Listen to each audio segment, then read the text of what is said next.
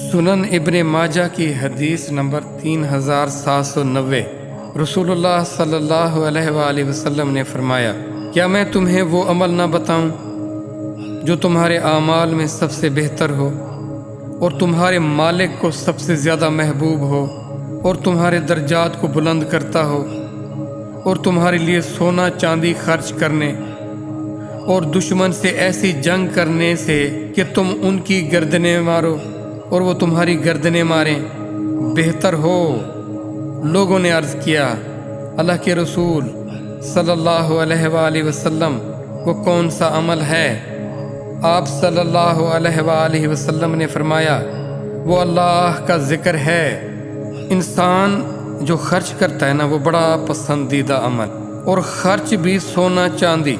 फिर उसके बाद जो बहुत बड़ा अमल है वो है जिहाद का, और कोई अमल जिहाद तक नहीं पहुंच सकता।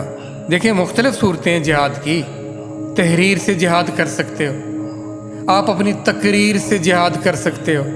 जो लोग जिहाद में हिस्सा ले रहे हो, आप उनकी माली मदद करके भी जिहाद में हिस्सा ले सकते हैं। इंतहाई आला सूरत ये है कि आप उसमें बज़ाते खुद पार्टिसिपेट करें, और इस हद तक करें बात गर्दन उड़ाने तक आ जाए। वो गर्दन आप चाहे किसी की उड़ा रहे हो या कोई आपकी गर्दन उड़ा रहा हो। आला अमल, इससे भी बढ़कर अमल है कि अल्लाह का जिक्र। अब आप सोचें ये क्यों है ऐसा? तो वो जो अल्लाह का जिक्र, अल्लाह की याद होगी, वो आपको हर एक चीज़ से मावरा कर देगी, वो आपको सर बुलंद कर देगी, वो आपको हर लिहाज से आला दर्जे पर ले जाएगी। जो आपकी सोच होती है, जो आपकी याद होती है, वो जिससे जुड़ती है वैसा कर देती है, वो उससे आपको मिला देती है। अब कहाँ दुनिया और इसकी चीज़ें और इसके लोगों से ताल्लुक़ और उनकी याद और उनका ज़िक्र, और कहाँ इतनी बड़ी कायनात का तन्हा मालिक अल्लाह, वो लामहदूद ज़ात, अपनी सिफ़ात में, अपनी मोहब्बतों में, अपने कमालात में, वो हर नक्स से पाक ज़ात जिसने हर एक चीज़ को तख्लीक किया, वो अल्लाह, उसकी याद से, उसके ज़िक्र से आपके अंदर वो कमाल जौहर पैदा होंगे। आप ज़र्रे से आफ़ताब हो जाएंगे। जब कमालात आएंगे, वो सारे फीलिंग और जज्बात और एहसासात आएंगे, तो फिर आप उसकी बेहतरीन इबादत कर पाएंगे, और जिहाद भी तभी हो सकेगा।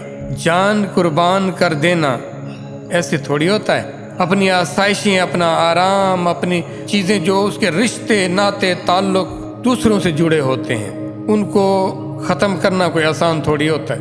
वो अल्लाह का ज़िक्र होता है जो आपको इस लेवल पर ले आता है। तो फिर बुनियाद है वो ज़िक्र। आपका दिल अल्लाह की मोहब्बत में धड़कता रहे, आपकी आँखें इधर उधर जाएं तो अल्लाह की मोहब्बत की मुतलाशी रहें, आपके कान जो सुने उनसे अल्लाह की मोहब्बत में इजाफ़ा हो। कहाँ 2 घंटे 3 घंटे हम जिक्र करने वाले, हम तो 2 4 5 मिनट कर लेंगे, 10 मिनट कर लेंगे, उसमें भी मैक्सिमम दुनिया का ख्याल होगा, दुनिया की फ़िक्र लगी होगी कि जिक्र तो कोई हो नहीं रहा, पता नहीं इसके असरात होने भी हैं, पता नहीं होने। यानी आप अपने अमल की खुद तनसीख करते रहते हैं, उसका असर खुद ज़ायल करते रहते हैं। यकीन महकम अमल पहम, और ये मुसलसल अमल हो और यकीन के साथ हो।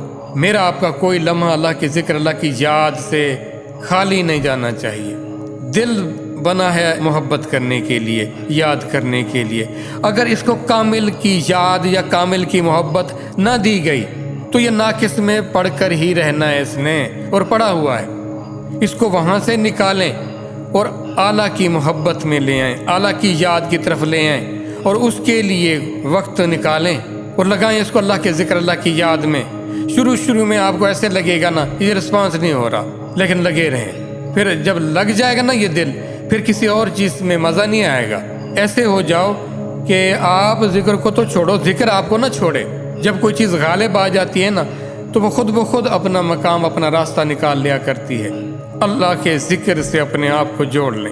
और फिर ये ज़िक्र दुआम, ज़िक्र कसीर का कहा गया है कि मुसलसल ज़िक्र होना चाहिए और कसरत के साथ होना चाहिए, वरना ये दुनिया की कसरत, दुनिया की कसाफत हम पर गालिब आ गई तो फिर हम कहाँ जाएंगे?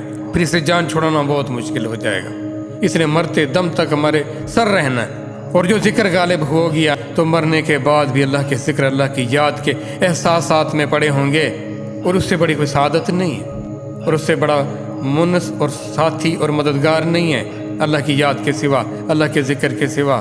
یہ چند دن کا تماشا ختم ہونے کو ہے۔ یہ جن رشتوں اور تعلقات میں آپ پڑے ہوئے نا، آپ خود ان سے بیزار ہو جائیں گے، وہ آپ سے بیزار ہو جائیں گے، تو اس سے پہلے کیوں نہ اپنے آپ کو اس حقیقت کی طرف لے آئیں